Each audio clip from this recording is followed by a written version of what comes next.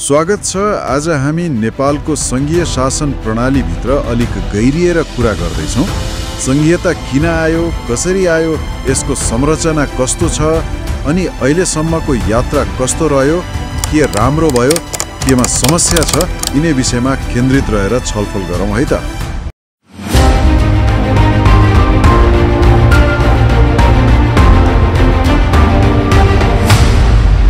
संघीयता भनेको के हो? छोटकरीमा भन्दा यो यस्तो प्रणाली हो जहाँ संविधानले नै केन्द्र र प्रदेश जस्ता तहबीच शक्ति बाँडेको हुन्छ, हैन त? हो, बिल्कुल। उद्देश्य त विभिन्न पहिचानलाई समेट्दै शक्ति सन्तुलन गर्नु नै हो। नेपाल पनि 2015 देखि यही बाटोमा छ। हो, र नेपाल जस्तो विविधताले भरिएको देशका लागि यो किन आवश्यक भयो भन्ने कुरा चाहिँ महत्त्वपूर्ण छ। किनभने हेर्नुस् न, वर्षौंसम्म केन्द्रीकृत शासन चल्यो, त्यसले सबै क्षेत्र, सबै समुदायको भनौँ न आकांक्षा समेट्न सकेन, असमानता झन बढायो।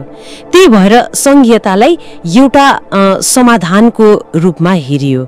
शक्ति, स्रोत, अवसर यी सबैको न्यायोचित वितरण होला, सामाजिक न्याय होला, राष्ट्रिय एकता बलियो बन्ला भन्ने आशा थियो।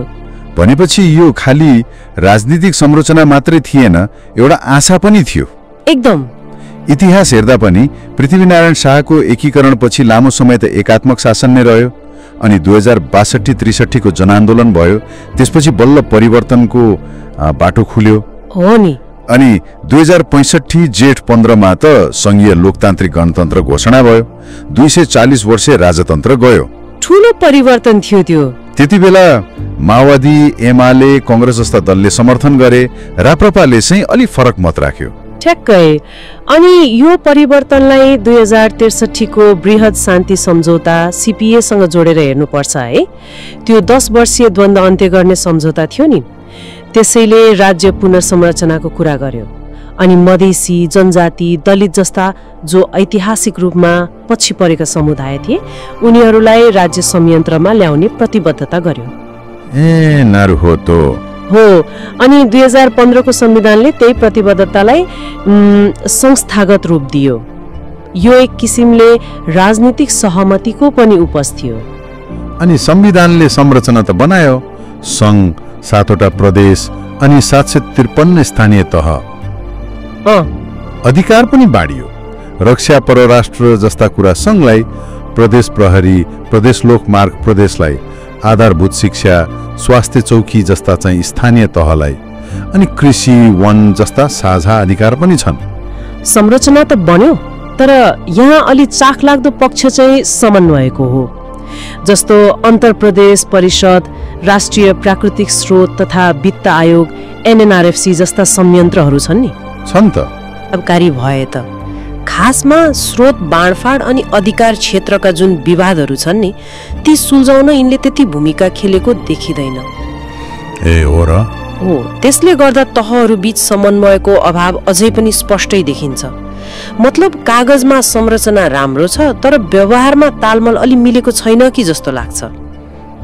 तैपनि केही सकारात्मक कुराहरू त भए होलान् नि, पक्कै पनि।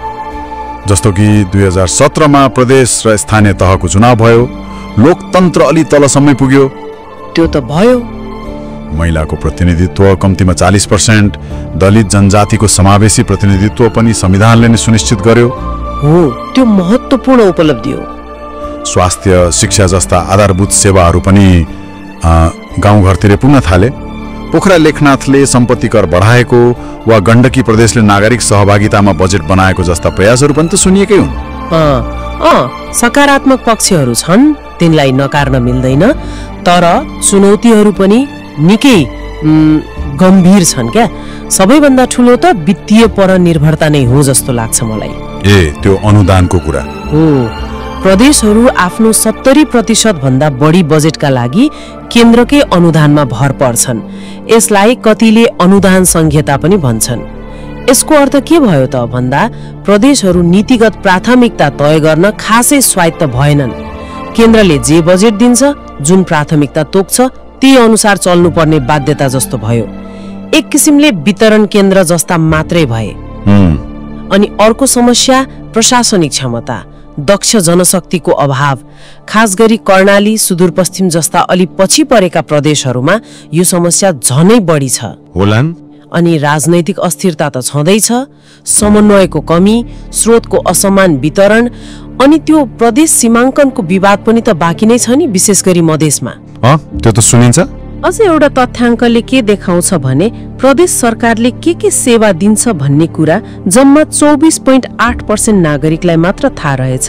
हेर्नुस् त सार्वजनिक सचेतना कति कम। ओहो, त्यो त निकै कम भयो। हो नि, अनि बढ्दो प्रशासनिक खर्चको आलोचना पनि छँदैछ। प्रदेशकै कुरा गर्दा मध्य प्रदेशलाई एउटा उदाहरणको रूपमा हेर्न सकिन्छ होला। उनीहरूले भाषिक सांस्कृतिक स्वायत्तता अलि बढी देखाएका छन्, प्रादेशिक निजामती सेवा बनाएका छन्, सीमान्तरितको प्रतिनिधित्व पनि बढाएका छन्। यसले संघीयताको सम्भावना त देखाउँछ नि, हैन? हो, मधेसले केही हदसम्म त्यो सम्भावना देखाएको छ। तर अर्कोतिर कर्णाली प्रदेशलाई हेरौँ न। कर्णालीको के छ? कर्णालीमा भौगोलिक विकटता छ, संस्थागत कमजोरीहरू छन्, आर्थिक रूपमा पछाडि छ, अनि संघीय अनुदानमा लगभग पुरै निर्भर छ। यसले के देखाउँछ भने खाली संघीय संरचना हुनु मात्रै पर्याप्त रहेनछ क्या। ठीक हो। संघीयता साँच्चै सफल हुन त वित्तीय समानीकरण चाहियो, क्षमता बढाउनु पर्यो, अनि लक्षित नीतिहरू चाहियो। यो कुरा कर्णालीको अनुभवले एकदम प्रष्ट पार्छ। त्यसो भए सुधारका लागि के गर्न सकिन्छ त? विज्ञहरूका केही सुझाव त होलान् नि? अवश्य छन्। मुख्य सुझावहरूमा के पर्छ भने प्रदेश र स्थानीय तहको आफ्नै राजस्व उठाउने क्षमता बढाउनु पर्यो, अनि केन्द्रले दिने अनुदानलाई चाहिँ आवश्यकतामा आधारित, पारदर्शी र अनुमान गर्न सकिने बनाउनु पर्यो।